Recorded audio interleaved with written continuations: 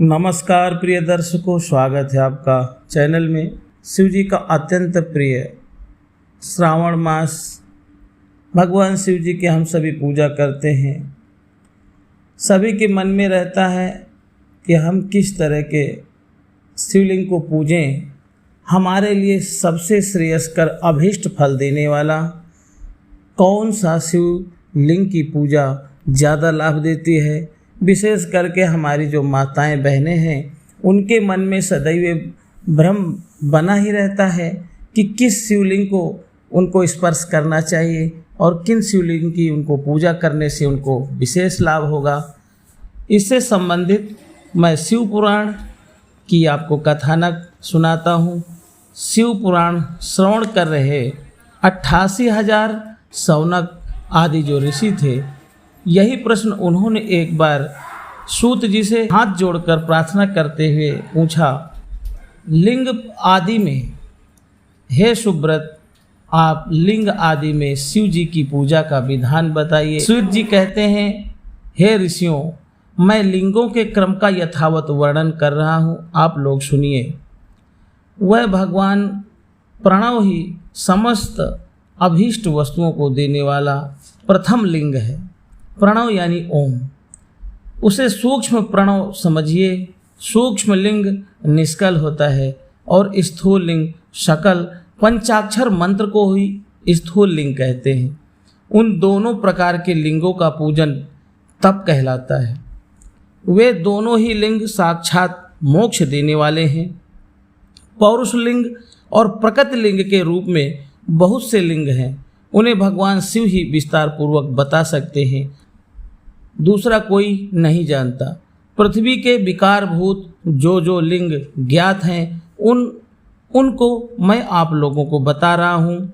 उनमें प्रथम स्वयंभू लिंग, दूसरा बिंदु लिंग, तीसरा प्रतिष्ठित लिंग, चौथा चर लिंग और पांचवा गुरु लिंग है।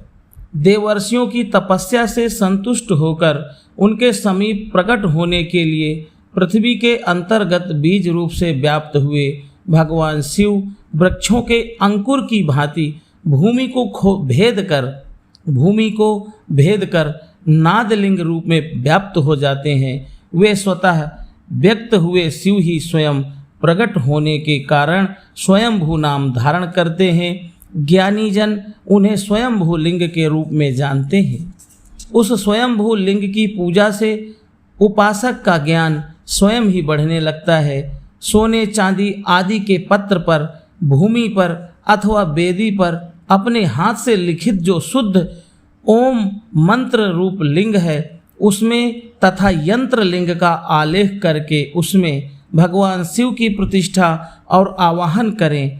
ऐसा बिंदुनादमय लिंग स्थावर और जंगम दोनों ही प्रकार का होता है। इसमें शिव का दर्शन भावनामय ही है, इसमें संदेह नहीं है। जिसको जहाँ भगवान शंकर के प्रकट होने का विश्वास हो, उसके लिए वही प्रकट होकर वे अभीष्ट फल प्रदान करते हैं। अपने हाथ से लिखे हुए यंत्र में अथवा अकृत्रिम स्थावर आदि में भगवान शिव का आवाहन करके 16 उपचारों से उनकी पूजा करें। ऐसा करने से साधक स्वयं ही ऐश्वर्य को प्राप्त कर लेता है और इस साधन के अभ्यास से उसको ज्ञान भी प्राप्त हो जाता है। देवताओं और ऋषियों ने आत्मसिद्धि के लिए अपने हाथ से वैदिक मंत्रों के उच्चारण पूर्वक शुद्ध मंडल में शुद्ध भावना द्वारा जिस उत्तम शिवलिंग की स्थापना की है, उसे पौरुष लिंग कहते हैं तथा वही प्रतिष्ठित लिंग कहलाता है। उस लिंग की पूजा करने से सदा पौरुष ऐश्वर्य की प्राप्ति होती है। महान ब्राह्मणों और महाधनी राजाओं द्वारा किसी शिल्पी से शिवलिंग का निर्माण कराकर मंत्रपूर्वक जिस लिंग की स्थापना तथा प्रतिष्ठा की गई हो, वह प्राकृत लिंग कहलाता है। जो शक्तिशाली और नित्य होता है, उसे पौरुष लिंग कहते हैं। जो दुर्बल तथा अनित्य होता है, वह प्राकृत लिंग कहलाता है। लिंग नाभि, जिह्वा, नासिका का अग्रभाग और शिखा के क्रम से कटी आदि और मस्तक तीनों स्थानों में जो लिंग की भावना की गई है, उस आध्यात्मिक लिंग को ही चर लिंग कहते हैं। पर्वत को पौरुष लिंग बताया गया है और भूतल को विद्वान पुरुष प्राकृत लिंग मानते हैं। वृक्ष आदि को पौरुष लिंग जानना चाहिए। गुल्म लता आदि को प्राकृत लिंग कहा जाता है। साठी नामक धान्य को प्राकृत लिंग समझना चाहिए और साली अगहनी गेहूं को पौरुष लिंग अणिमा आदि 8 सिद्धियों को देने वाला जो ऐश्वर्य है। चरलिंगों में सबसे प्रथम रसलिंग का वर्णन किया जाता है। रसलिंग ब्राह्मणों को उनकी सारी अभीष्ट वस्तुओं को देने वाला है। शुभ कारक बाणलिंग क्षत्रियों को महान राज्य की प्राप्ति कराने वाला है। सुवर्णलिंग वैश्यों को महाधनपति का पद प्रदान करने वाला है तथा सुंदर शिलालिंग यानी जो पहाड़ आदि को काट कर शिला आदि को काट करके शिवलिंग निर्माण किए जाते हैं वो शूद्रों को महाशुद्धि देने वाला है। और स्फटिक लिंग तथा बाणलिंग सब लोगों को उनकी समस्त कामनाएं प्रदान करते हैं। अपना ना हो तो दूसरे का स्फटिक या बाणलिंग भी पूजा के लिए निषिद्ध नहीं है।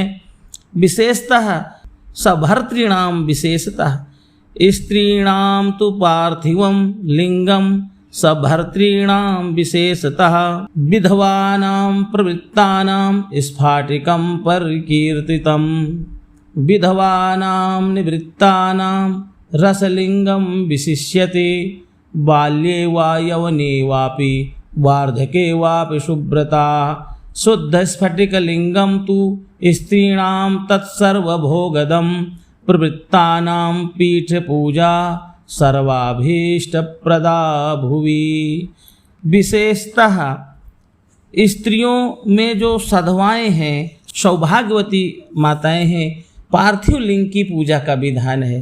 प्रवृत्ति मार्ग में स्थित विधवाओं के लिए स्फटिक लिंग की पूजा बताई गई है परंतु विरक्त विधवाओं के लिए रस लिंग की पूजा को ही श्रेष्ठ कहा गया है। हे सुब्रतों बचपन में युवा अवस्था में और बुढ़ापे में भी शुद्ध स्फटिकमय शिवलिंग का पूजन स्त्रियों को समस्त भोग प्रदान करने वाला है। गृहासक्त स्त्रियों के लिए पीठ पूजा भूतल पर संपूर्ण अभीष्ट को देने वाली है।